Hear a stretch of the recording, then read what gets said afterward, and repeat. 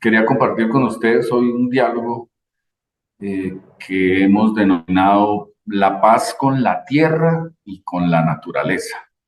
La profesora o ahorita hizo mención a una de las visiones que tiene este diálogo, que es la visión que hemos llamado biocéntrica, y que es una discusión es una discusión además que se da en el plano filosófico, es una discusión que se da en el plano político y es una discusión que se da en el plano legal. Y es si la naturaleza debería tener derechos como tal. Y ella puso un ejemplo maravilloso de esta discusión que tenemos en Colombia a través de los ríos. Bien, en este pequeño espacio que vamos a tener, vamos a dejar algunos conceptos, vamos a dejar algunas como propuestas y vamos a socializar lo que está haciendo diferentes entidades del Estado respecto al tema de la tierra y de la naturaleza. O sea que aquí van a confluir y desde una política que tenemos nosotros, que es la política de restitución de tierras, van a ver cómo confluyen las dos visiones.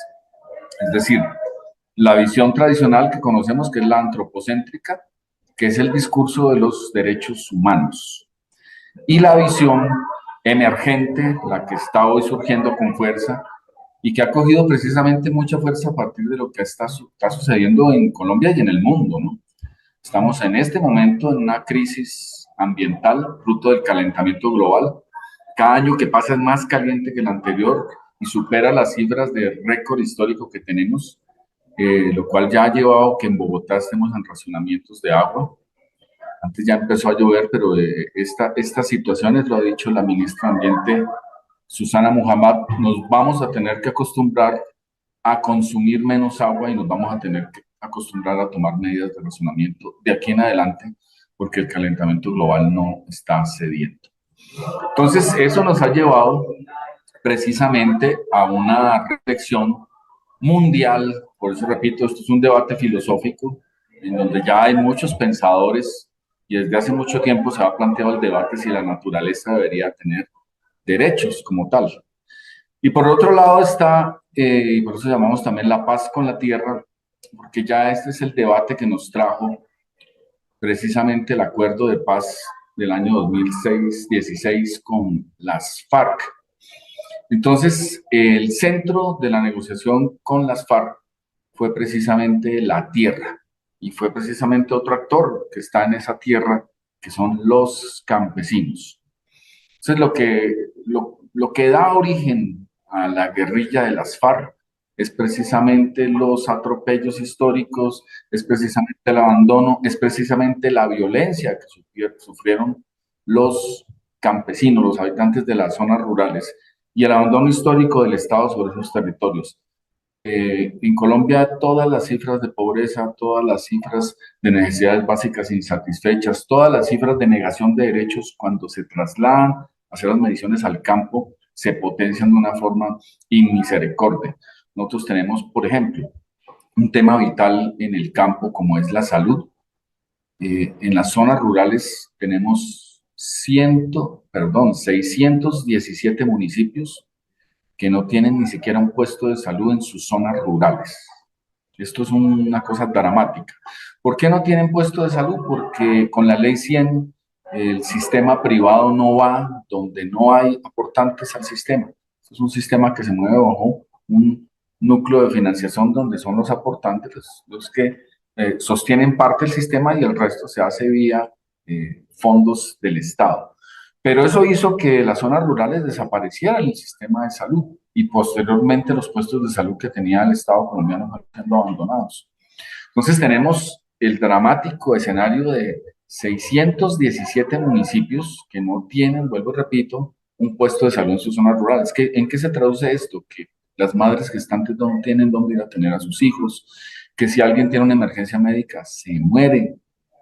Esto es tan dramático que cuando hicimos el recorrido de los campamentos de las FARC, cuando apenas se instauraron los campamentos, las zonas campamentarias, cuando se dio inicio al proceso de paz, nosotros hicimos, cuando estaba yo en la Defensoría, recorridos de estos campamentos y nos reunimos con las comunidades aledañas, empezando también a ver cómo se estaba dando esta creación de las zonas campamentarias. Y ahí una de las principales quejas que dio la gente es que no tenía precisamente ese puesto de salud. que no iban brigadas de salud y que quien los atendía era la enfermera de las FARC. Y hoy, lastimosamente, en muchas de esas zonas rurales, en muchísimas, ya no los atiende ni siquiera la enfermera de las FARC porque hubo proceso de paz. Y el Estado nunca ocupó esos territorios ni con hospitales, ni con vías, ni con presencia institucional. Por eso esos territorios volvieron a ser copados por otros grupos armados. Entonces, ahí vemos que el problema de la tierra es el problema histórico del conflicto armado. O sea, el conflicto armado tiene unas raíces y tiene unas consecuencias y tiene unos resultados, vuelvo y repito, periféricos destinados a las zonas rurales de este país. Algunos coletazos llegan a las ciudades y tienen unos vasos comunicantes muy importantes porque las migraciones de campesinos por la violencia, por la falta de oportunidades, por hambre física, están llegando los campesinos a ciudades como Bogotá, como Medellín, como Cali, como Popayán, como Armenia, Pereira, están llegando desplazados por la violencia física o la violencia económica y están llegando a generar cordones de miseria.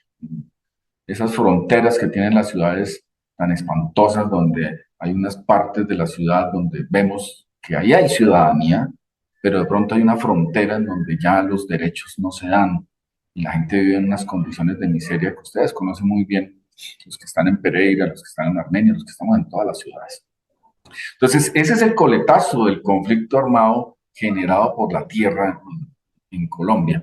Por eso, digamos, una de las principales políticas que tenemos es el punto 1 del acuerdo de paz y es la reforma agraria, que hace parte precisamente de la construcción de paz a partir de hacer la paz con la tierra y con sus habitantes que fueron despojados de ella, que son los campesinos desplazados. Pues ahí hay una primera discusión, pero que van a ver cómo se cruza con el primer diálogo que introdujo la profesora Claudia en la política que se está desarrollando ahora desde diversas instituciones. Entonces, la tierra se nos vuelve el centro de este debate de paz. Lo que nos dicen los estudios es que el 1%, esto también es dramático, solo el 1% de la población posee el 60% de las tierras productivas. Esto es dramático. Y esto es dramático y además se vio acelerado con el proceso de despojo de tierras contemporáneo.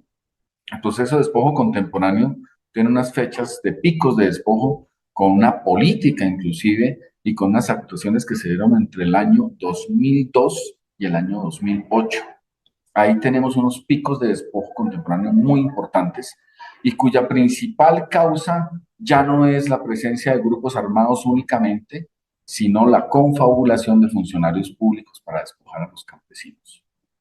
Entonces, lo que vimos durante esta época fue que instituciones, por ejemplo, como el INCODER, que era precisamente el encargado de hacer la reforma agraria, lo que hizo, y por eso fueron presos los directores del INCODER, fue robarle la tierra a los campesinos y adjudicársela a grandes empresarios, a paramilitares e inclusive a narcotraficantes.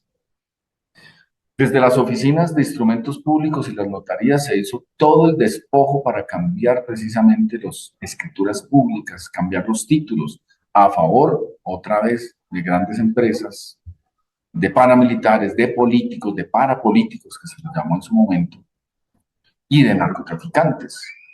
Teníamos funcionarios del Ministerio de Agricultura, como los representantes de los fondos ganaderos, teníamos alcaldes, teníamos gobernadores, tuvimos una gran cantidad de congresistas involucrados en el despojo de tierras. Entonces, todo el aparato estatal durante esta época se dedicó a despojar las tierras de los campesinos, obviamente bajo una estrategia paramilitar muy compleja. Eso hizo que cuando se estaba discutiendo la creación de la ley de víctimas y de restitución de tierras, eran dos proyectos aparte. Primero había una ley de víctimas dedicada a la reparación de las víctimas y aparte había una ley de restitución de tierras. Luego se unieron los dos proyectos. Pero cuando se estaba dando la discusión de la ley de restitución de tierras, hay un primer estudio muy importante de Ana María Ibáñez, que lo hizo para la conferencia episcopal, y Ana María Ibáñez dijo, en territorios despojados, el cálculo del estudio que hemos hecho nos da 1.200.000 hectáreas que han sido arrebatadas a los campesinos. Ella lanza el debate con el 1.200.000 hectáreas. Luego viene un informe a partir de una encuesta nacional muy grande que hace la Comisión de Seguimiento a la Política Pública frente al Desplazamiento Forzado, encuesta que dirige el prestigioso economista Luis Jorge Garay. Y Luis Jorge refuta las cifras de Ana María Ibáñez y a partir de su muestra encuestal dice lo que se han robado en Colombia son 6,5 millones de hectáreas. Y ahí está haciéndose un conteo muy importante, pero ahí no se está teniendo en cuenta los territorios colectivos indígenas y afrodescendientes. Estamos hablando de los territorios individuales de los campesinos. Entonces, la cifra ya no era 1.200.000 hectáreas, sino 6,5 millones de hectáreas. Luego viene Camilo González Pozo y Salmón Kalmonovich, y sobre la base de la encuesta de la Comisión de Seguimiento, sí incluyen los territorios indígenas, incluyen algunos territorios colectivos afrodescendientes, o hacen una proyección, perdón, de esto, y dan otra cifra que se acerca a los 8 millones de hectáreas. Y posteriormente viene la Contraloría General de la Nación, también hace un ejercicio de estadística tomando como referentes estas encuestas y otros datos precisamente para llegar a una cifra que ya se acerca a las 10 millones de hectáreas. Entonces, ese fue el debate, el robo de las tierras. Y ahí arrancó la necesidad de que tuviéramos una ley de restitución de tierras a los campesinos. Por eso con la ley de víctimas se unieron los proyectos y quedó ley de víctimas y de restitución de tierras para precisamente asumir el hecho victimizante del despojo de tierras, que se le sumó además otro elemento que es el abandono forzado de tierras. Cuando hay abandono y cuando hay despojo cuando efectivamente sobre ese bien llega otra persona, se aprovecha y lo pone y lo titula a nombre suyo o genera una posesión de años. Y hay abandono, pues cuando la víctima por la violencia abandona su bien, pero en ese bien o ese bien no es ocupado. De ahí van a ver ustedes que hay un debate hoy, que eso en su momento lo anunciamos, lo pedimos, pero en la ley no fue posible que se diera.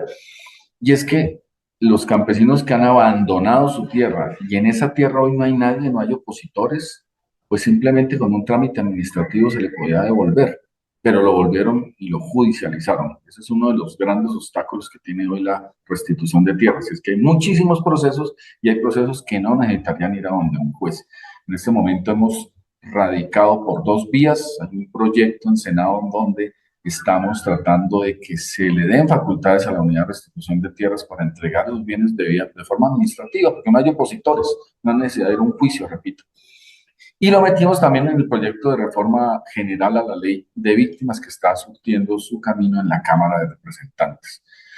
Bien, entonces arranca ese debate ahí, vuelvo y repito, este es el núcleo del conflicto armado, el despojo de la tierra, y arrancó además bajo una política de Estado muy compleja, que fue entregarle la tierra a los grandes empresarios. De ahí van a ver ustedes, y sin ánimo de estigmatizar sectores, pero fue lo que sucedió en los territorios, se le arrebató la tierra a los campesinos, hubo una política proempresarial, agroingreso seguro, por ejemplo, recordemos que agroingreso seguro, el escándalo era que se le daban subsidios, que antes era para la reforma agraria, y los campesinos vulnerables se le dieron a las grandes familias dueñas de empresas, distritos de riego. Bueno, entonces venía toda esta ola de acaparamiento de tierra para ser entregada a grandes proyectos agroindustriales de palma africana, de teca y de muchos otros cultivos, pero que tenían la característica de ser grandes monocultivos y acabar toda la economía campesina,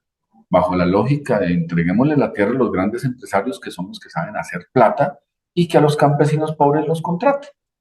Esa fue la lógica, pero esa lógica estuvo atravesada por un fenómeno bastante desagradable, como es el despojo de tierras de los campesinos a una estrategia paramilitar. De eso, vuelvo y repito, hay bastante documentación, ustedes pueden ampliar eso, y hay bastante verdad judicial.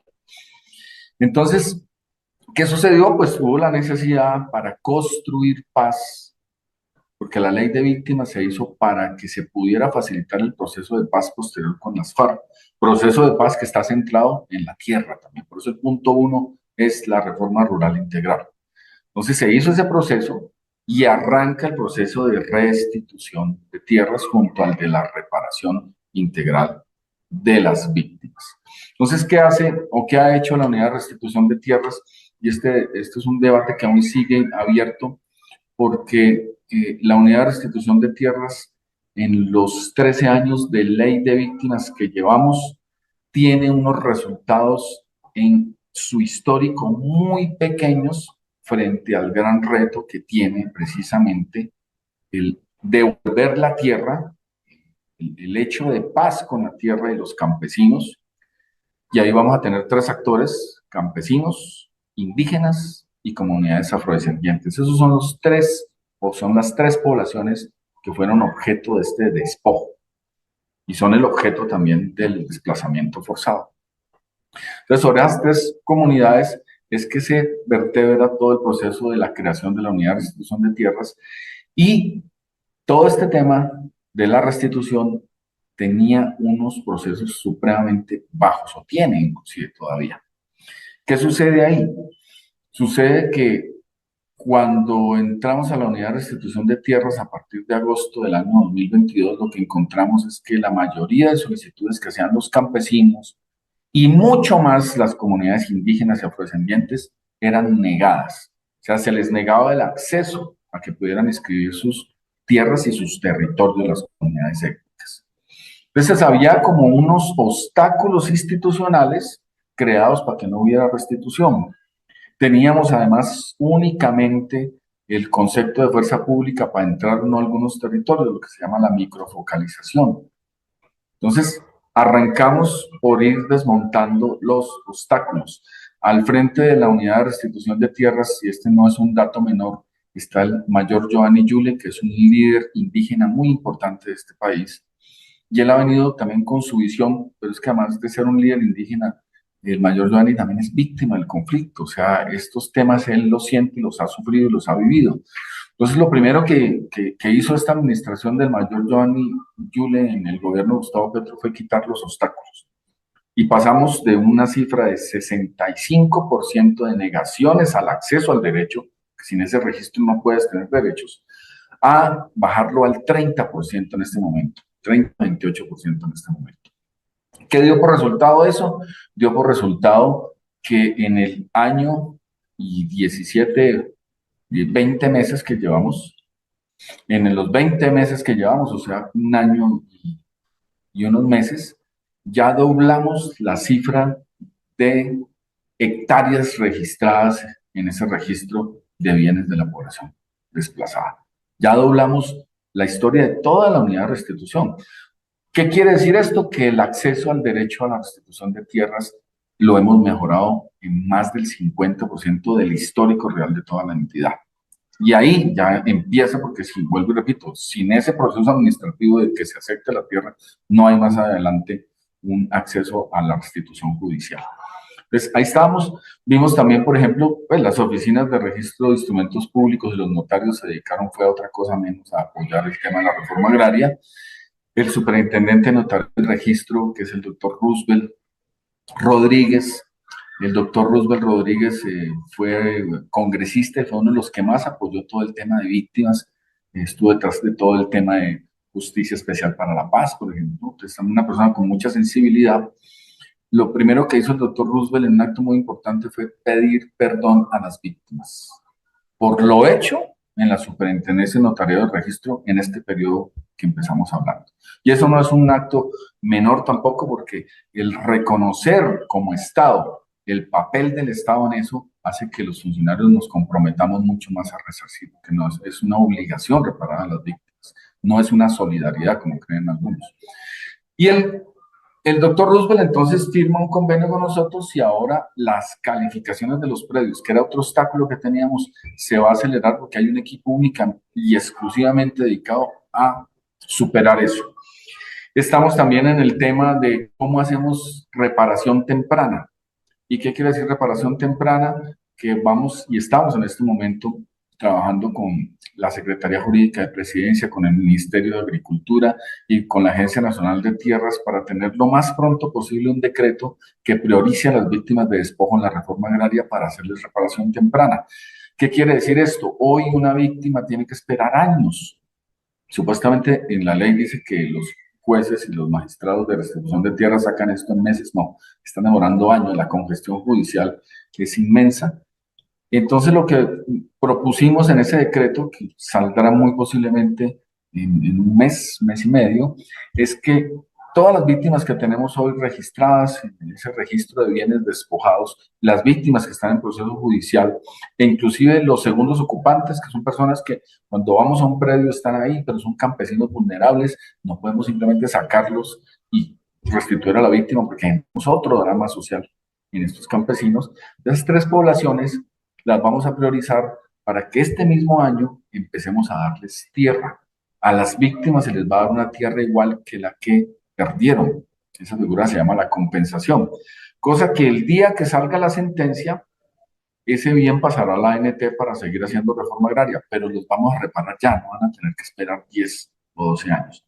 Entonces, en eso se está, esa es un poco la política de paz que tiene este gobierno en el tema de la tierra, vuelvo y repito, como factor de conflicto armado, y como lo decía la profesora Claudia, ese es el concepto antropocéntrico, el derecho a la tierra de los campesinos, especialmente de los indígenas y de los afrodescendientes, que son las tres poblaciones que han sufrido el rigor del despojo en este país desde muchísimo tiempo, ¿no? Este despojo que les conté, el contemporáneo, es solamente una etapa, pero el anterior despojo lo vivieron en los años 80, que fue el apoderamiento de las tierras por parte de los narcotraficantes. Y antes de los narcotraficantes, las guerras entre el Partido Liberal y Conservador eran guerras por la tierra. Recordemos que los chulavitas y los pájaros, que eran la policía del Estado, y los pájaros, los antecedentes del paramilitarismo, lo que hacían era llegar a territorios liberales, sacar a los campesinos, masacrarlos, y ese territorio se volvía un territorio colonizado por población conservadora, y en donde además se generaban unos distritos electorales para ganar las elecciones. Pues digo, siempre la tierra estaba en el centro del conflicto armado. Y la estrategia de paz, vuelvo y repito, de este gobierno es la reforma agraria. Entonces, este gobierno está empeñado en hacer reforma agraria. Ustedes ven ahorita a la ANT con un presupuesto que jamás en la historia ha tenido una institución de reforma agraria. Solo el año 2024, en el que estamos, la ANT tiene 5,2 billones de pesos para comprar tierra y entregársela a los campesinos vulnerables con vocación agrícola. Vemos a una institución como la SAE, la Sociedad de Activos Especiales, que es quien administra los bienes del crimen, entre esos el crimen del narcotráfico. Y esta sociedad de activos especiales, pues antes a qué la habíamos dedicado, a hacer negocios con eso, a favorecer políticos. Hoy la SAE está dedicada a que esos bienes se entreguen para reparar a las víctimas, y dentro de eso para hacer reforma agraria. Y nosotros, como Unidad de Restitución de Tierras, desde el mandato de la Ley de Víctimas, estamos apoyando también la reforma agraria. Entonces, ustedes ven una cantidad de instituciones que están rodeando la reforma agraria, porque esa es la verdadera propuesta de paz del, digamos, del corazón del conflicto, que es la tierra, que se suma al proceso de negociación que se están haciendo con todos los grupos armados que han aparecido, porque mientras no solucionemos el problema de la tierra, van a seguir apareciendo grupos armados que van a querer controlar esa tierra y a las poblaciones rurales. Bien, entonces esa es el primer margen que quería compartir con ustedes, un poco la historia de la paz con la tierra desde la visión antropocéntrica. Son los derechos del hombre, especialmente los derechos humanos de poblaciones indígenas, afro y campesinos, como lo he reiterado aquí, que fueron vulnerados en el marco del conflicto armado. Pero ahí se nos viene otro debate muy interesante, que es la paz con la naturaleza. Y viene una discusión, que es la discusión con la que habló la profesora Claudia. Tienen que tener derechos la naturaleza, o sea, tenemos que reparar a la naturaleza. Y aquí viene la visión de los derechos humanos, que es precisamente la que estamos deconstruyendo en el país. La deconstrucción, que es un término de la filosofía, el padre de la deconstrucción se llama Jacques Derrida. Y Jacques Derrida nos dice en un libro maravilloso que se llama De la gramatología, Jacques Derrida lo que nos dice es, ojo con las palabras no son inocentes. Y Jacques Derrida, una advertencia muy importante, dice, cuando en un concepto mayor consenso no hay conflictos, ese consenso es aceptado pacíficamente por todos, es donde más hay que dudar que hay un grado de violencia con el cual ese concepto eliminó todas las otras formas o todos los otros conceptos que se le puedan oponer. Entonces, cuando uno ve el concepto derechos humanos, empieza a preguntarse, siguiendo la línea de la deconstrucción de Jacques Derrida, cuando se posicionó el concepto de derechos humanos, ¿quién perdió? Esa es la pregunta que nos debemos hacer. Cuando esta palabra se posicionó, ¿quién perdió? Pues perdió todo lo que no es humano, los animales no humanos y la naturaleza, que tiene componentes orgánicos vivos y componentes inorgánicos que confluyen en los ecosistemas. Por ejemplo, el agua. El agua no es un ser vivo, pero es un mineral que está confluido en todo este aspecto de los ecosistemas, en donde, vuelvo y repito, tenemos seres vivos y seres no vivos que confluyen para generar, en el fondo, la vida en el planeta. Esos fueron los que perdieron. Y esa pérdida del concepto de derechos humanos se viene a conjugar con lo que es el proyecto de la modernidad, que lo explicaba también la profesora Claudia cuando nos decía el hombre se puso por encima de la naturaleza. Ese es el proyecto de la modernidad. Y la modernidad vino con dos conceptos más complejos, el del progreso y el del desarrollo. Y eso quiere decir que el hombre tiene a disposición, y la profesora también lo decía, me ahorró ahí bastante explicación, es el concepto de Occidente. ¿Y Occidente qué es? Occidente es la tradición judeo-cristiana. En la Biblia y en la religión, Dios le entregó la naturaleza al hombre para que disponiera de ella. Y en la Biblia y en la tradición judeocristiana el hombre se separa de la naturaleza y se posa por encima de la naturaleza. Y en el proyecto de la modernidad, lo que se dice es vamos a usar la naturaleza como una cosa. Miren que, curioso, el debate jurídico, en este momento pongamos los animales, el debate jurídico de los animales es muy peculiar porque por el derecho penal vamos en una vía. En el derecho penal y en el derecho de familia ha habido unos avances de la consideración de los animales como seres sintientes. Entonces, en el derecho penal hoy se protege al animal, hoy se protege a los animales del maltrato animal por su condición de ser sintiente. ¿Qué decía Descartes, o más conocido entre nosotros como Descartes? Entonces, Descartes decía que los animales eran cosas y que no había diferencia, decía Descartes, entre un reloj y su maquinaria que funciona y un gato, que eran iguales, porque los animales no eran capaces de sentir dolor y que si cuando se los apretaba, se los maltrataba, chillaban, era igual como una máquina cuando se activaba un dispositivo y emitía un ruido. Ese fue el concepto que empezó a colocar Descartes para poder usar y abusar de los animales. Y obviamente el concepto de cosa de los animales, semovientes. Y además en eso inmerso la naturaleza también como una cosa, que es lo que está inmerso en el Código Civil nuestro. Nuestro Código Civil, los animales son cosas, la naturaleza es una cosa, pero ya en el Código Penal, la naturaleza y los animales han empezado a tener unas categorías de protección contra delitos, contra los animales como seres sintientes y delitos contra la naturaleza o delitos contra el medio ambiente. Esa es una discusión. Y por ahí derecho se metió el derecho de familia, y el derecho de familia empezó a tener ciertas características, por ejemplo, el concepto de familias interespecie. Ese concepto es maravilloso. ¿Qué sucede? Eh, los animales que conviven con las familias humanas hoy hacen parte de la familia. Entonces hay una sentencia maravillosa de hace unos años ya del entonces magistrado de la Corte Constitucional, Juan Carlos Senado, que fue el ponente, hace poco lamentablemente falleció.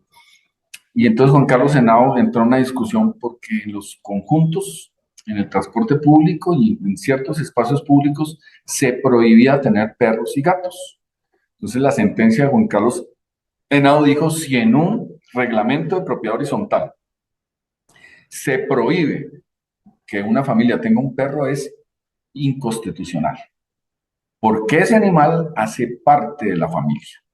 Y eso es una sentencia maravillosa. A partir de ahí no pueden prohibir los conjuntos cerrados, ni sitios, ni nada, tener las mascotas, inclusive en el transporte público, pueden ir. Segundo, el derecho de familia está avanzando también por ese concepto de familia interespecie, y hoy las discusiones, además en una época en donde muchas personas deciden no tener hijos, pero sí tienen perros o gatos. Y cuando se da la separación, vemos a ese perro o ese gato como una cosa, pues ya empezaron a salir sentencias de familia donde se dice que ahí hay que hacer un proceso precisamente de custodia de los animales compartida o darle la custodia al esposo o a la esposa, porque ese animal también el derecho de familia por ahí va avanzando, dice, esa mascota hace parte de la familia, no entra dentro de la calificación de vamos a repartir la nevera, vamos a repartir el televisor y vamos a repartir el perro y el gato. No, ese animal no puede ser considerado cosa. Ya empezaron a decir los jueces de familia. Hace poco estaba hablando con el presidente del Tribunal de Cali, que me estaba precisamente mostrando la línea jurídica que se está dando en estos casos donde hoy las separaciones tienen un conflicto fuertísimo por las mascotas, que ya hoy no se empiezan a considerar como cosas. Entonces ahí tenemos el concepto precisamente en donde los derechos de los animales y los derechos de la naturaleza han empezado a ser derechos por sí mismos. Porque cuando hablamos de derechos humanos, los derechos humanos tienen un concepto que son los derechos de tercera generación, se llaman derechos colectivos y del medio ambiente. Pero ojo porque son los derechos del hombre a tener un medio ambiente sano. Derechos del hombre, no del medio ambiente. El medio ambiente sigue siendo una cosa. Por eso luego matizamos el concepto de desarrollo cuando la humanidad se dio cuenta que podía contaminar el mar. Hace unos años se pensaba que era imposible contaminar el mar, que era infinito, que era imposible llegar a una... Y hoy ya hay islas de basura en el mar que superan la extensión del eje cafetero, para poner un caso dramático. Creíamos que era imposible contaminar el aire. Hoy ya sabemos que las ciudades están absolutamente contaminadas, que esto es un veneno tóxico que respiramos en Bogotá, en Cali, ya en Armenia también, las ciudades intermedias colapsaron con este tema de los carros. Entonces, esos derechos del medio ambiente son derechos del ser humano. No estamos protegiendo la naturaleza, estamos protegiendo al ser humano para que bajo el concepto matizador, así no desarrollo, sino desarrollo sostenible. Sigamos volviendo nada a los ríos, sigamos volviendo nada al aire, sigamos contaminando, pero hagamos un poco más pasito, ¿no? Pero sigue el concepto que hay atrás es el mismo. Ante eso, ¿qué ha sucedido? Pues ante eso han salido ya, que es lo curioso, ya ante eso han salido posiciones filosóficas muy interesantes en las cuales una línea de pensamiento europeo, que es el proyecto Gaia, por ejemplo. Entonces, ahí ya estamos hablando de que hay que darle derechos a la naturaleza como tal, a la naturaleza e inclusive por encima del ser humano. Porque si no le damos derechos a la naturaleza, como dice Zaffaroni, tiene un libro, se llama La Pachamama, y este jurista argentino es muy interesante porque dice, tenemos que tener un derecho continente que nos cubra a todos los seres vivos, en donde la naturaleza es lo principal a proteger, y en segundo plano el ser humano.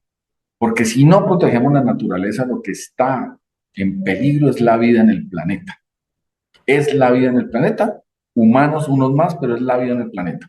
Por eso hay una necesidad de proteger los derechos de la naturaleza y volverla sujeto de derechos, además. Entonces, en esa línea, ¿qué ha sucedido en Colombia? En la unidad de restitución de tierras tenemos dos separaciones del concepto tradicional de los derechos humanos, que es un concepto europeo. Los derechos humanos nacen en un momento de las revoluciones burguesas, estamos hablando de la revolución de Estados Unidos, la revolución del Reino Unido y la revolución francesa, que es el ícono precisamente sobre el cual tenemos el derrumbe de las monarquías y la aparición de los estados liberales, con el concepto además de individuo. Y este concepto es muy importante porque los derechos humanos son derechos del individuo, que es una construcción europea. Cuando los derechos humanos llegan a países latinoamericanos, chocan con una realidad y es que hay comunidades que no tienen el concepto de individuo. Por ejemplo, las comunidades indígenas, los pueblos afrodescendientes tradicionales. Ellos no conviven como individuos, conviven como comunidades, por eso tienen propiedades colectivas. Por eso la Corte Constitucional ha dicho en repetidas sentencias que un pueblo étnico es un solo organismo vivo entre sus miembros y con el territorio. Eso es interesantísimo. El concepto de pueblo étnico que tiene la Corte Constitucional el magistrado en ese entonces, Eduardo Cifuentes hace una jurisprudencia donde genera una categoría por fuera de la categoría liberal de derechos humanos que centraba los derechos en el individuo.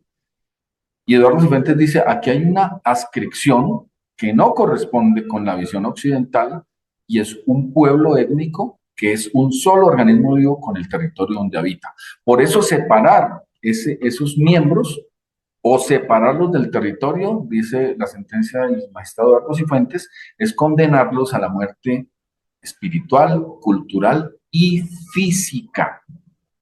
Un miembro de esto separado de ese cuerpo, de ese organismo vivo que es un territorio indígena, es condenarlo a la muerte. Entonces, con eso se dota a ese pueblo étnico de derechos, al pueblo, no a los individuos separadamente considerados. Entonces, ahí tuvimos una primera, miren ustedes, tenemos una primera separación o deconstrucción, si lo quieren ver así, de los derechos humanos. Porque los derechos humanos liberales protegen al individuo.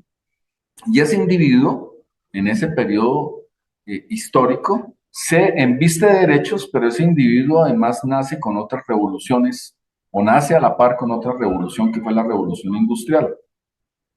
La revolución industrial lo que hizo fue que se generara una producción de bienes de consumo masiva. Antes de la revolución industrial y la aparición de las máquinas, por ejemplo, pues un libro era hecho a mano por una persona que lo escribía en papiros, en pieles, o sea, un libro, por eso tener un libro antes de la aparición de la imprenta era un bien de lujo escaso y que producía poder. El que tenía el libro tenía el poder. Cuando aparece la imprenta, lo que pasa es que se masifica la producción de libros. Entonces ya cualquiera puede acceder a los libros. Eso que pasa con los libros pasa con los demás bienes de consumo, con la ropa, con buscar, con todo. Entonces el individuo se embiste de derecho con la revolución liberal, la revolución francesa, se embiste del derecho a un individuo que antes no existía, esa categoría, se lo embiste de derechos humanos, miren ustedes, y ese individuo además es libre. La palabra libertad ya cogió un concepto también que es libertad económica. El individuo es libre económicamente. Los liberales reducen una palabra tan hermosa, tan amplia, tan libre en su concepto, una palabra tan profunda, la restringieron a la libertad económica. La libertad es tener libertad económica. Y el hombre ejerce su libertad a través de sus bienes. Por eso, en los derechos humanos no tenemos derechos por ser humanos. Eso Juan Jacobo Rousseau lo dijo en su momento, tenemos derechos por ser ciudadanos. La pregunta es quién es ciudadano y quién no es ciudadano. Cuando sale la Revolución Francesa, las mujeres habían sido protagonistas de la revolución, habían ido a pelear, se habían enfrentado al sistema monárquico. Una vez se instaura la República Francesa, las mujeres salen, no son ciudadanas. Por eso aparece, miren, el texto se llama Los derechos del hombre y del ciudadano.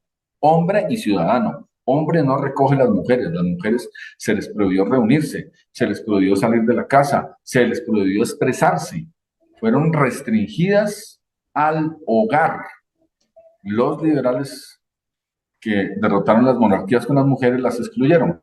Por eso Bolín de Gauche, en reclamo a los derechos del hombre y del ciudadano, escribe los derechos de la mujer y de la ciudadana, haciendo precisamente un reclamo histórico de cómo las mujeres habían sido excluidas de los derechos y de la ciudadanía. Las mujeres no eran ciudadanas. La consecuencia para Bolín de Gauche fue que Robespierre le mandó a cortar la cabeza. Bien, y hagamos un poco también de explicación histórica de por qué las mujeres, el feminismo ha puesto la guerra en las palabras. Pues, cuando se hace una reunión, dice todos y todas, vienen los niños y niñas, y esas feministas no nos recogen el género masculino, así lo diga la Real Academia de la Lengua, porque desde los tiempos de Robespierre, ciudadano y derechos del hombre y del ciudadano nos excluyó a las mujeres y no fuimos ciudadanas. Por eso tenemos que colocar en la escena pública el tema de los y las. mujeres, niños y niñas, ciudadanos y ciudadanas. Y si molesta eso en un escenario, es porque mayor grado de machismo hay en ese escenario. Si no, no molesta, porque a uno le dicen, bueno, pero es que eso están usando mal el español, pero no nos preocupa usar palabras como mail, como WhatsApp, que son anglicanismos que son mal uso del español. No nos molesta, pero cuando decimos, usamos eso que es una guerra política, de pongámonos en el escenario público, si molesta es porque mayor grado de machismo hay. Digamos, ¿por qué le molesta a algunas personas eso? Vuelvo y repito, porque hay un mayor grado de machismo y ahí la palabra los enfrenta con su propio conflicto interno que tienen de no darle derechos a las mujeres. Bien, bueno, y si lo ponemos en poblaciones LGBTI, sí que el escándalo es mucho mayor. Bien, entonces, esos derechos humanos, vuelvo y repito, que se genera ahí con el concepto del individuo, chocaron con la realidad latinoamericana.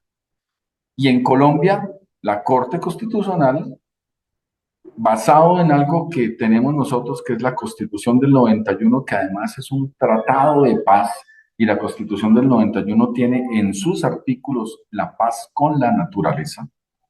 Fue la primera constitución ecológica del mundo. Entonces, la Constitución del 91 tiene dos vertientes muy importantes. Una vertiente de la protección del medio ambiente, en donde fuimos la primera constitución del mundo, que tuvimos toda una reglamentación de protección de la naturaleza, pero tiene algo más importante, que es un concepto, que es un principio fundante de la nación colombiana, que es el principio de la plurietnia y la multiculturalidad. Y esto sí que es interesante porque la protección ambiental con la plurietnia y la multiculturalidad es la base constitucional que tenemos hoy para darle derechos a la naturaleza. ¿Y a quién le debemos eso?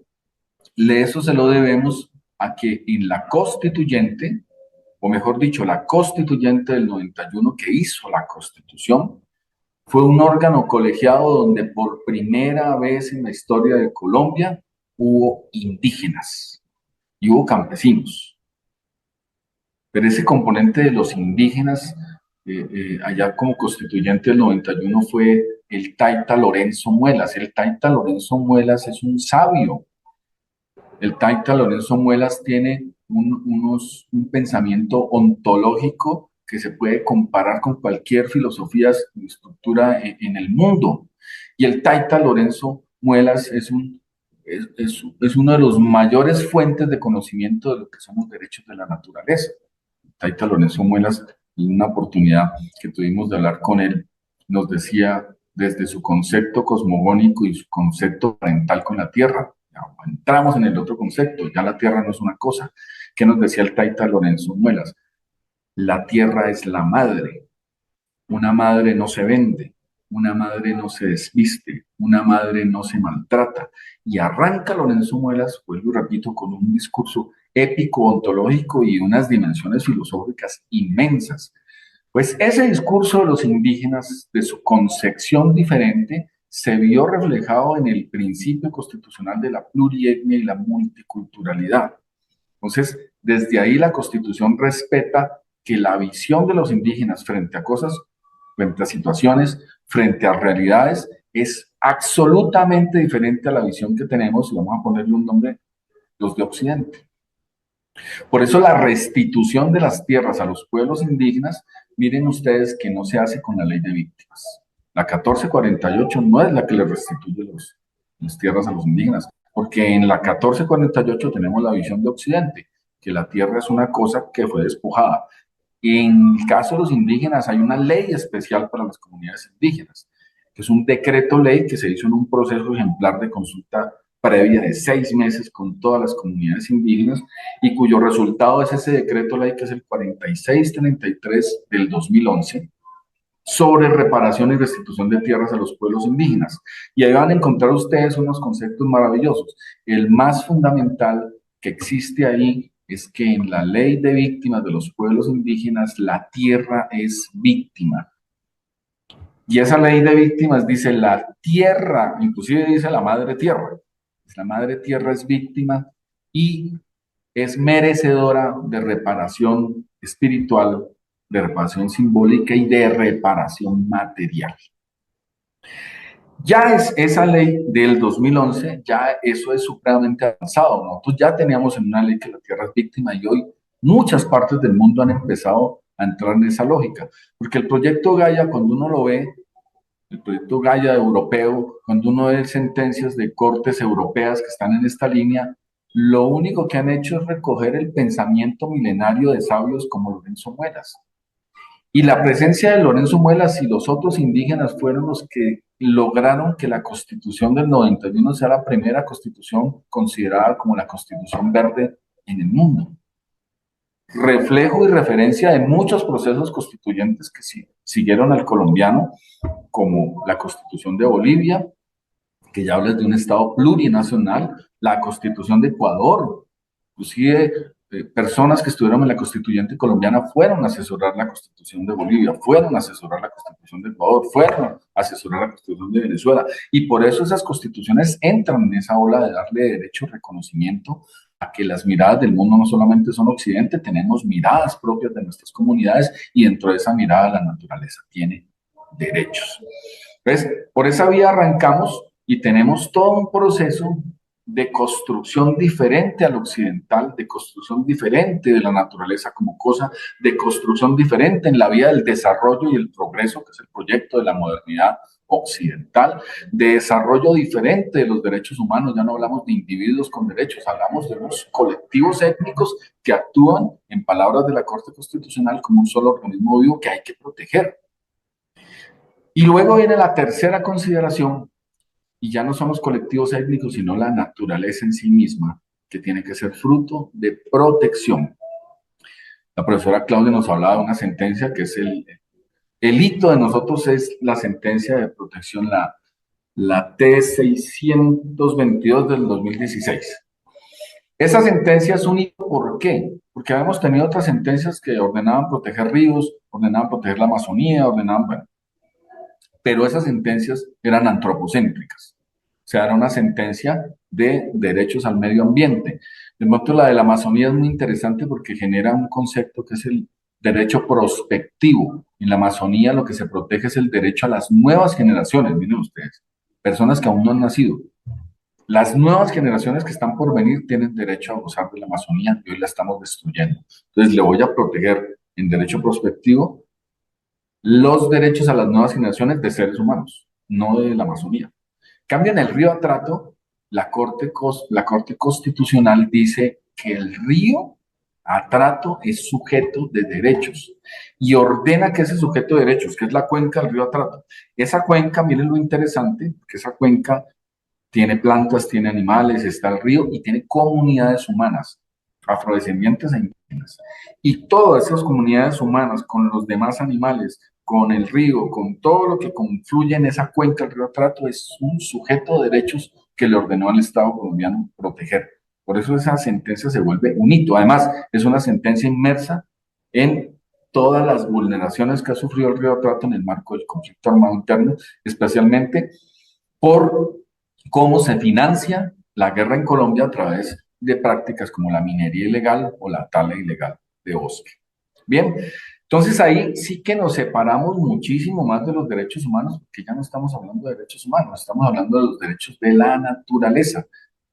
Entonces ya deconstruimos totalmente y pusimos por encima en esa sentencia a la naturaleza y al hombre como una parte más en estas comunidades tradicionales que conviven ahí en una relación armónica con esa cuenca del río, al hombre como uno más dentro de los animales. Animales no humanos y animal humano, hombre con naturaleza, con río y toda esa cuenca protegida por la Corte Constitucional. De ahí en adelante, y lo explicó la profesora Claudia en el inicio, han venido tribunales declarando también sujetos de derecho los ríos, y hay una sentencia muy interesante que hace poco sacó la JEP y que es la declaratoria en el marco de un derecho penal transicional. Recordemos que la Jurisdicción Especial para la Paz es un tribunal penal, pero transicional. O sea, que se está dedicando, como su nombre lo indica, a construir paz. Pero la JEP juzga los peores crímenes de guerra y de lesa humanidad que han cometido los principales responsables de la guerra. En este caso, los exmiembros de las FARC y Fuerza Pública.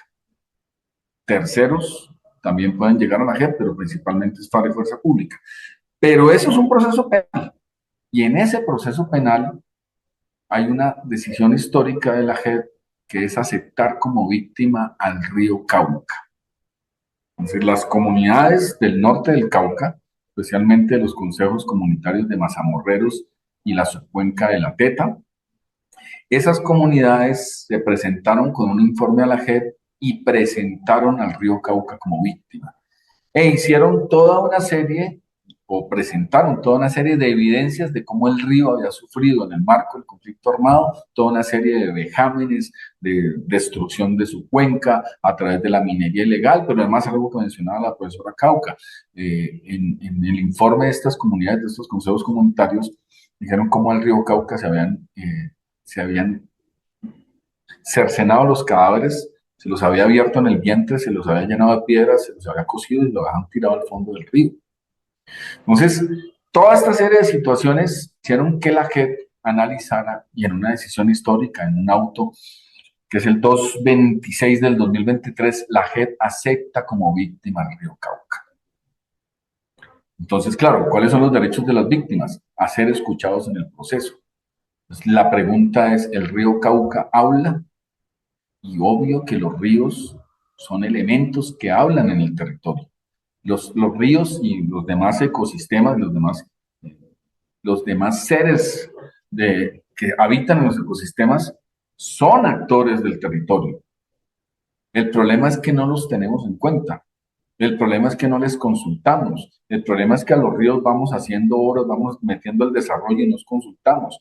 Y cuando un río habla, habla a través de las tragedias. Que no es que produzca el río, es que produce precisamente todo lo que se hace sobre el río y más en el marco de un conflicto armado. Entonces, va a ser muy interesante de aquí en adelante porque los derechos de una víctima en un proceso penal es ser escuchado, es ser presentado fuera y lo más importante, el derecho a ser reparado. Entonces, vamos a ver cómo termina este proceso de reconocimiento del río Cauca como víctima dentro del proceso de ser reparado. Bien, vamos a ir cerrando este tema simplemente con tres asuntos que les quería compartir muy rápidos para poder tener un espacio de preguntas. Y es, primero, esto está avanzando, vuelvo y repito, en una necesidad vital. Hay estudios inclusive muy serios que dicen que de seguir en el ritmo que estamos de contaminación, especialmente por combustibles fósiles, estamos hablando del petróleo, por eso el presidente Petro está haciendo una cruzada mundial en contra de los combustibles fósiles, porque lo que están diciendo los científicos es que a la humanidad le quedan 50 años, que es esto que se llama el planeta Tierra. El proyecto Gaia dice que la Tierra como tal es un ser vivo. Ese ser vivo que nos menciona Gaia, que es la Tierra, y que confluye con el discurso que milenariamente han tenido nuestros sabios indígenas, los estudios están diciendo que nos quedan 50 años, no nos queda más. Y si no enderezamos el rumbo, estamos condenados a la extinción. Pero lo curioso es que cuando uno coloca el debate, y lo ha colocado el presidente Petro, de los combustibles fósiles, pues le llueve cualquier cantidad de críticas, que está en contra del desarrollo, que está en contra del progreso, que vamos a sacar los recursos. Pero la gente no está pensando, y el mundo no está pensando, y nuestros dirigentes no están pensando, y nuestros académicos no están pensando que o reorientamos el rumbo ya, o estamos condenando a la humanidad a la extinción. Y vuelvo y repito, esto ya no es una especulación. Hay serios estudios científicos que dicen que esto no aguanta más. Entonces, ese dato, sumado, miren todo lo que está pasando. Ya en Colombia lo estamos viviendo. En Bogotá teníamos unas temperaturas que esto ya parecía Girardot. Eso ya debería preocuparnos.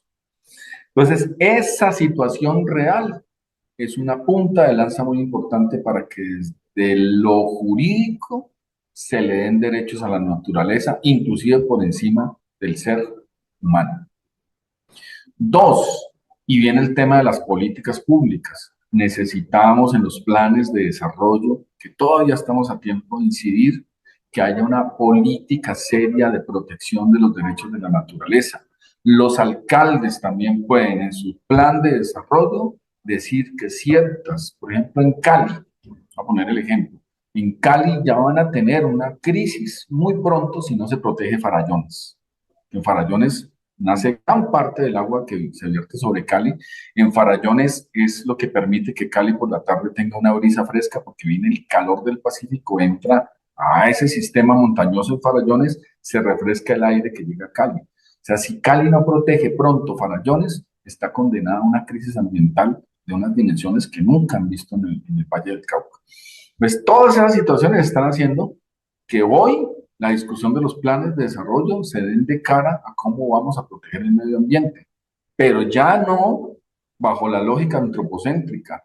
Tenemos que incidir para que los planes de desarrollo, alcaldes y gobernadores también declaren sujetos de protección como sujetos de derechos los ecosistemas estratégicos de nuestros departamentos y de nuestras ciudades. Y por último, pues estamos precisamente en este momento haciendo una reforma de la ley de víctimas. Nosotros propusimos que la naturaleza se considerara víctima para poder hacer con mayor contundencia y facilidad reparación ambiental, para podernos alinear precisamente con la visión de los indígenas que son víctimas y que tienen su decreto, pero más allá de los territorios indígenas no lo podemos aplicar, y para podernos alinear además con la jurisprudencia de avanzada que tiene hoy la Jurisdicción Especial para la Paz y la Corte Constitucional. Lastimosamente, de la ponencia que salió de la Comisión Primera de Cámara sacaron a la naturaleza como víctima. Vamos a tratar de seguir insistiendo, pero esto es algo que todas las fuerzas vivas del país, conscientes de lo que está pasando con la naturaleza y la necesidad de hacer la paz con la naturaleza, pues presionen al Congreso para que declare la naturaleza víctima y podamos reconocer el daño que en la guerra se le ha hecho a los parques naturales, a los ríos, a los nevados, a las ciénagas, y tengamos una contundente decisión en la construcción de paz de reparar a la naturaleza y hacer la paz precisamente con los otros seres sintientes y con la naturaleza misma. Entonces, dejo ahí porque estoy viendo la hora y ya que me paso del tiempo que me había dado muy generosamente la profesora Claudia. Profesor Gabriel, excelente, pues su participación es un aporte y un debate absolutamente fascinante, importante. Podríamos tratar como desde organizaciones ambientalistas, ecologistas, defensoras y defensores de derechos de los animales, como tratar como de presionar un poquito al Congreso a través de redes sociales o hacer como una especie de lobby, ejercer para que en realidad consideren a la naturaleza como víctima del conflicto, porque eso tiene que ver con la misma, con esa visión, con ese paradigma que hemos hablado ahora de ver la naturaleza como algo externo, como si nosotros fuéramos algo aparte y no hiciéramos parte de la naturaleza misma. Acá hay varias preguntas. Yo invito, bueno, hay varias personas, entonces le voy a dar primero la palabra a Julián. Y las otras personas también que nos han escrito, disculpe, pregunta Isabel si el río Medellín es sujeto de derechos.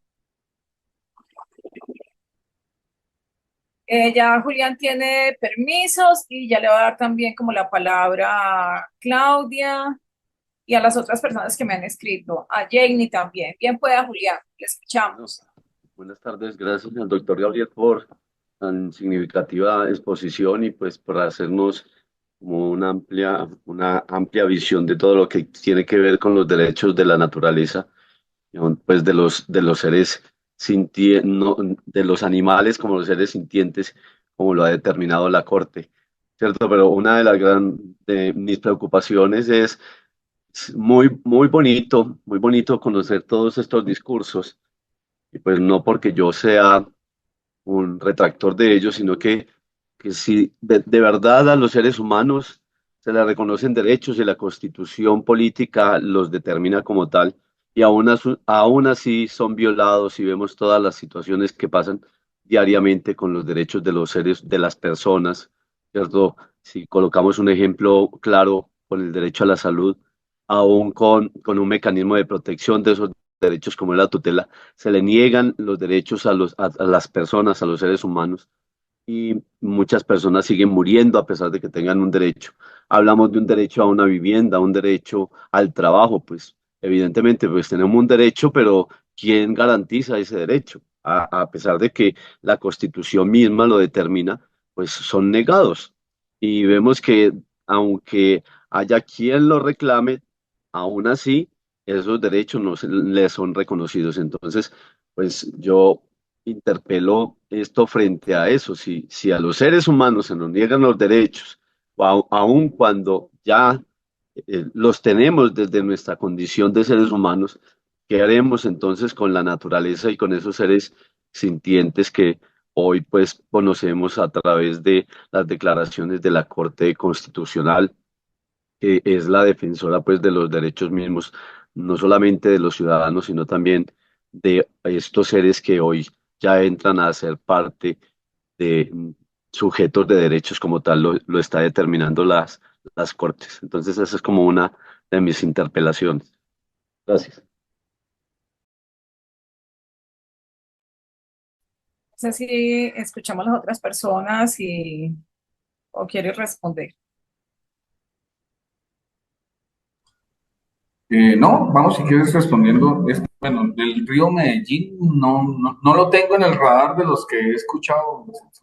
Hicieron unos en el Tolima. La verdad, el río Medellín no lo sé, pero pues podemos averiguar fácilmente ahí una googleada, pero lo importante es que si no lo es, pues ahí hay una punta de trabajo, porque sí son importantes estas declaraciones y conecto ahora sí con la reflexión que nos hacía el compañero. ¿Cuál es el nombre del compañero, no?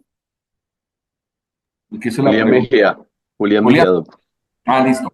Julián, mira, nosotros tendemos a ver, obviamente, en la particularidad que no hemos avanzado, pero sí hemos avanzado muchísimo. Te puedo decir, hace 100 años la humanidad vivía de una forma terrible. Te voy a poner el ejemplo de los indígenas. Los indígenas tienen derechos gracias a que los consideramos ciudadanos. Y los consideramos ciudadanos a partir de la Constitución del 91.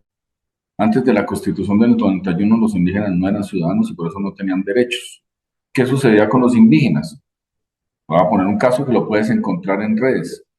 En el año 1965, en el año 65-67, hace muy poquito, hubo unos indígenas Wiwa, en su mayoría niños y niñas, 19 indígenas Wiwas que son invitados a almorzar por unos colonos en lo que hoy son los llanos orientales, y cuando estos niños fueron a consumir los alimentos en la mesa, salieron con palos y machetes y los asesinaron. En el juicio, la defensa que esgrimieron los colonos es que en esa zona la caza de indígenas era una práctica regular. Tú puedes encontrar una crónica de esto que te estoy contando de Daniel Samper Pisano, la googleas. Otro ejemplo, en el año 1979, en el año 79, la Sala Constitucional de la Corte Suprema de Justicia, porque no había corte constitucional entonces, la Corte Constitucional es de la Constitución del 91, en el año 1979 la Sala estaba decidiendo si los indígenas eran inteligentes o no. Imagínate en 1979 el tribunal definiendo si los indígenas eran seres inteligentes o no. Entonces, esa realidad, hoy, después de la Constitución del 91, sí, tú me puedes decir que hoy los paramilitares en los territorios los asesinan, sí, que la guerrilla también, sí, pero es que el tema de cómo vivían los indígenas y cómo los consideramos, pues ha cambiado muchísimo, muchísimo, muchísimo. Entonces, sí avanzamos. Las víctimas, te coloco, y el tema de víctimas es mucho más reciente, es un tema de derechos humanos. El reconocimiento de las víctimas que ha hecho. Uno es nomás acordarse cuando debajo del puente que pasaba en ciudades como Pereira, o como Armenia, o en Bogotá, debajo de un puente había un campuche donde había una víctima de desplazamiento forzado, todo lo que ni siquiera sabemos que eran víctimas. ¿Y qué decían los alcaldes? Los alcaldes decían, un alcalde de Bogotá que era de lo más progresista, el alcalde más progresista de Bogotá, que ustedes lo vieron haciendo cosas fantásticas, que lo queremos mucho, pero ese alcalde, no va a decir el nombre, ese alcalde decía que a las víctimas de desplazamiento no las atendía porque no eran de Bogotá. Si eso decía el alcalde de Bogotá, que era progresista, de ahí para abajo, imagínense, de ahí para abajo, ¿qué era? Una gobernadora que hubo en el Tolima, perdón, en Cundinamarca. Una gobernadora de Cundinamarca y sus alcaldes tenían como política frente a los desplazados echarlos en un camión de ganado y tirarlos al alto de la línea. Esa gobernadora, inclusive, fue condenada a hacer un curso de derechos humanos por la Corte Constitucional. Y eso fue hace unos pocos años. Cuando sale el reconocimiento de las víctimas, sale la ley de víctimas, hoy la realidad de las víctimas ya no es que se han solucionado otros problemas, pero es otra realidad. Los alcaldes tienen programas, tienen refugios, todo el despliegue que ha tenido la ley de víctimas. Ahora, es que la deuda histórica con las víctimas es inmensa. Entonces, muchas veces dicen, no, la ley no ha servido para nada. No, no. La realidad de las víctimas a un tiempo era diferente. Entonces, eso de que los derechos humanos han servido muchísimo. Ahora, te puedo hacer, los derechos humanos han sido utilizados por Occidente también para cometer barbaridades. Pues, Estados Unidos invade Afganistán, invade Irak en nombre de los derechos humanos y para salvar los derechos humanos de la población de Irak. Y la población de Irak ni siquiera la dejan hablar. O sea, hay un vocero que habla en nombre de ellos para defenderles sus derechos humanos, mata a 1 millón de habitantes, destruye Bagdad y lo hace en nombre de los derechos humanos y la democracia de Occidente. El representante de los derechos humanos en los países árabes y de la democracia liberal es Israel. Israel hoy está masacrando al pueblo palestino impunemente en nombre de los derechos humanos y la democracia liberal y apoyado por los Estados Unidos. Entonces, esa utilización de los derechos humanos, esa sí que hay que criticarla. La imposición de que los derechos humanos son universales, cuando acá hay unas culturas que no tienen el concepto de individuo, esa sí, y nosotros no solo la hemos criticado, la hemos cambiado. Y hoy parte de esa discusión, vuelvo y repito, es darle derechos a la naturaleza, porque eso nos cambia la visión, ya cuando no vemos la naturaleza como una cosa, sino que la vemos como un elemento vital, porque está protegido además, pues va a cambiar mucho la visión de muchas personas. Hace muy poco tiempo, pues los animales los mataban impunemente, les hacían de todo y los maltrataban y ya nadie decía nada. A partir de que cambia el concepto, por eso las palabras son tan importantes. Hay un campo que se llama la lingüística social, que dice que las palabras crean realidades. Ustedes pueden encontrar literatura, el que empieza con eso es Ferdinand de Saussure, luego, bueno, el mismo Foucault lo busca en un libro que se llama Las palabras y las cosas, y Derrida tiene un libro que se llama La gramatología. Derrida se va al borde, dice, no hay nada fuera del texto. En realidad dice, lo único que existen son las palabras. Nosotros vamos a la realidad a través de las palabras. Por eso una palabra tiene mucho poder. Si una palabra a mí me dice, un concepto, me dice que un animal es una cosa, y mira toda la filosofía que hay atrás, Descartes diciendo que, bueno, un reloj, un martillo es igual que un gato, pues mi concepto de cómo me comporto con los animales va a ser diferente a que hoy la palabra que empezó a ganar peso es la palabra de ser sintiente. Los animales sienten dolor y por eso tenemos que tener una forma de relacionarnos con ellos para evitar ese dolor. ¿Qué ha hecho el cambio de palabrita? Ese cambio de palabrita que lograron los animalistas ha hecho que hoy en la gente esté tan sensibilizada que si alguien maltrata a un perro, se gana su denuncia en la policía, lo graban con el celular y le arman un escándalo. Eso lo hizo un cambio de palabra o de concepto, de cosa a ser sintiente. Entonces, el reconocimiento de la naturaleza como un sujeto de derecho sí va a cambiar realidades y está cambiando realidades. Voy a darle la palabra primero a Isabel. Julián, ya te vuelvo a dar la palabra. Isabel, bien pueda, y Jamie también. Hola, muy Estás buenas teniendo tardes. la palabra. Muchas gracias por esta oportunidad. Mi intervención, pues, tiene que ver mucho frente al conflicto intraurbano que se presenta en Medellín. Yo hago parte de la población desmovilizada y quiero, pues, como hablar frente a, como es de complicado hablar de temas de paz acá, porque a nosotros, bajo el modelo de reincorporación, lo que quisieron hacernos fue atomizarnos para que nunca más volviéramos a ser parte de ninguna estructura, pero eso también limitó nuestras posibilidades de participación política y ciudadana, que fue dada a la apertura gracias a la Justicia Especial para la Paz, porque el artículo 122 nos anulaba por completo la participación política. Entonces, hablar de paz en una ciudad como Medellín es algo complicado, vivir la paz en Medellín es algo complicado, y estos escenarios nos permiten contemplar que no es solamente acá, sino en todo el país. Muchísimas gracias, profesor. Muchísimas gracias a la universidad por esta gran oportunidad de reunir criterios a lo largo y ancho de todo el país. Quedo muy atenta. Muchas gracias. Gracias, Isabel. Janie, y después te doy la palabra, Julián.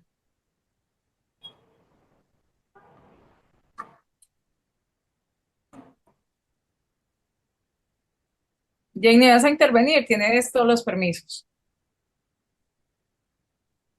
Bueno, mientras tanto, entonces, Julián, te escuchamos. Buenas tardes, qué pena. Tranquila, dale. Bueno, es que yo tengo, digamos, una duda. Yo soy estudiante de la Universidad de Caldas y pues he venido mirando pues como las historias de Colombia. Y hubo una historia que me llamó mucho la atención y es de las tomas antiguas, como por ejemplo la toma de Bojayá, la toma de Mitú, la toma de Jacopí, que también pues lamentablemente allá hay víctimas, al igual que la toma de Laro.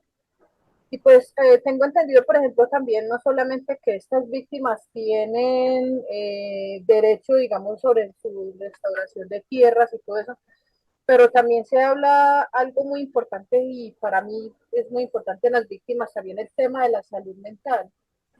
¿Qué implementaciones, qué, digamos, qué recursos hay para estas personas, ya que cuando en el gobierno del doctor Uribe, pues, digamos, no cumplió su palabra, él había prometido haber brindado su apoyo para las víctimas en cuanto a los traumas psicológicos y todo esto, y pues nunca se dieron. Entonces, pues a mí me gustaría también como conocer un poco más del tema en cuanto también los traumas psicológicos que cuentan las víctimas, tanto campesinas como indígenas.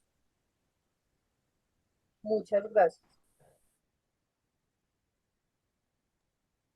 Gracias, Janie. Bueno, hay otra pregunta, no sé si quieras abordar esas o le damos la palabra a Julián, como quieres. No, terminemos porque es que ya me están llamando que tengo que ir a firmar el acuerdo sindical. Vale, Una Julián, dale. negociación sindical aquí. Ya me están Antes, llamando. muchas gracias, Gabriel. Sabemos en este momento de todas tus ocupaciones. Pero no, Julián, pero yo respondo rápidamente las últimas. Sí. ¿Falta una? sí, Julián, dale. Buenas tardes, ¿qué tal? ¿Ahí se me escucha bien? Sí, sí, claro que sí. Claudia, buenas tardes. Gabriel, buenas tardes. A todos los participantes, muy buenas tardes. Yo soy Julián Alberto Mejía Castaño, yo soy abogado, soy defensor de derechos humanos y hago parte de Generaciones B+, acá en Risaralda. Eh, con respecto a todo lo que estábamos platicando del ejercicio que hicimos este fin de semana sobre el diseño de las mesas de participación, de acuerdo al acuerdo de participación en los diálogos de paz entre el gobierno y el ELN, puede, puede notar mucho por parte de comunidades indígenas y de comunidades de municipios más pequeños, tanto de Risaralda como de Quindío como de Caldas, una gran preocupación con respecto a el impulso del turismo y cómo este está afectando y generando problemáticas en vez de solucionarlas. Obviamente, ellos ya se dieron cuenta que la problemática no es solamente el acceso económico, sino también cómo ese turismo los ha ido afectando ecológicamente. Sobre todo en el Quindío, muchos líderes, lideresas del Quindío manifestaban eso durante la construcción de estas mesas de diálogo y la preocupación era muchísima, muchísima, muchísima, porque lo notan, lo ven, y a pesar de que de pronto no conocen las realidades de territorios vecinos o de departamentos vecinos, todos comenzaron a caer en puntos muy similares. Y lo segundo, para aportar con respecto a lo de la lingüística, súper claro, y y lo dicen Berger y Luckmann en la teoría de la construcción de la sociedad.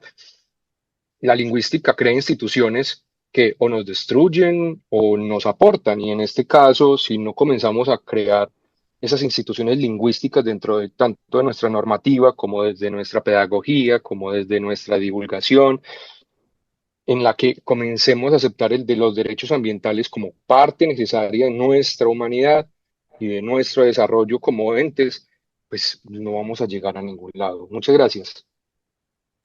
Bueno, gracias, Julián. Listo. Perfecto. Bueno, haciendo, o empezando la alusión a lo que decía la compañera de Medellín, Medellín es una ciudad donde se está intentando hacer un proceso o incluir dentro de algo que nunca he hablado, que es la paz urbana, ¿no? Y la compañera que muy bien decía, hablar acá de paz es muy complejo, claro, porque en casi todas las comunas de Medellín, creo que a excepción de una, hay presencia, inclusive control de bandas criminales. Entonces, hablar de paz urbana en el marco de la paz total implica dos cosas. Uno, cómo planteamos una negociación con las bandas precisamente para que dejen las actividades ilícitas y hagan un tránsito hacia las actividades lícitas.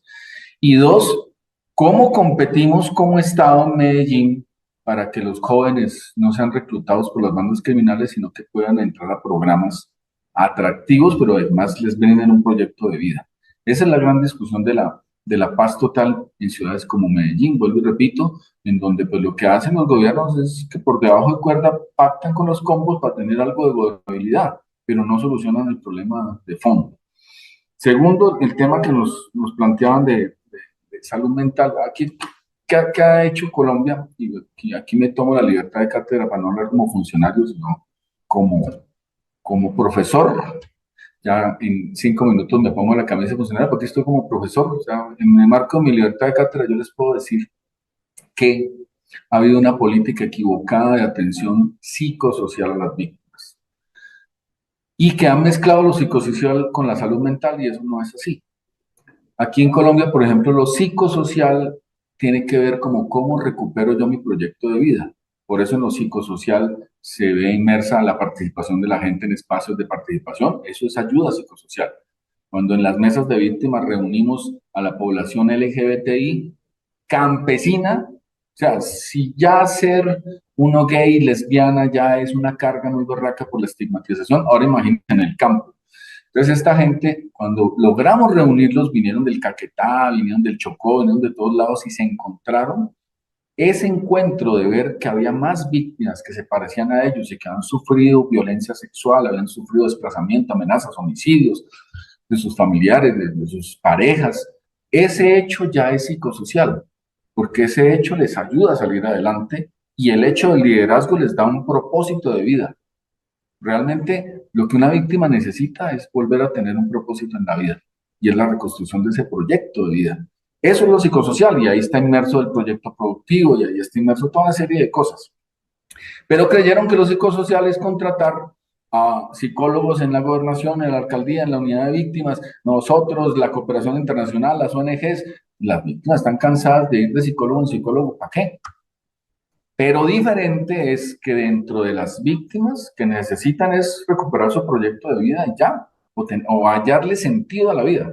Es un libro de Víctor Frank muy interesante que se llama El hombre en busca de sentido, que lo escribe siendo prisionero de los nazis en un campo de concentración y él, él es un psiquiatra y psicólogo y él desarrolla una terapia para precisamente salvar.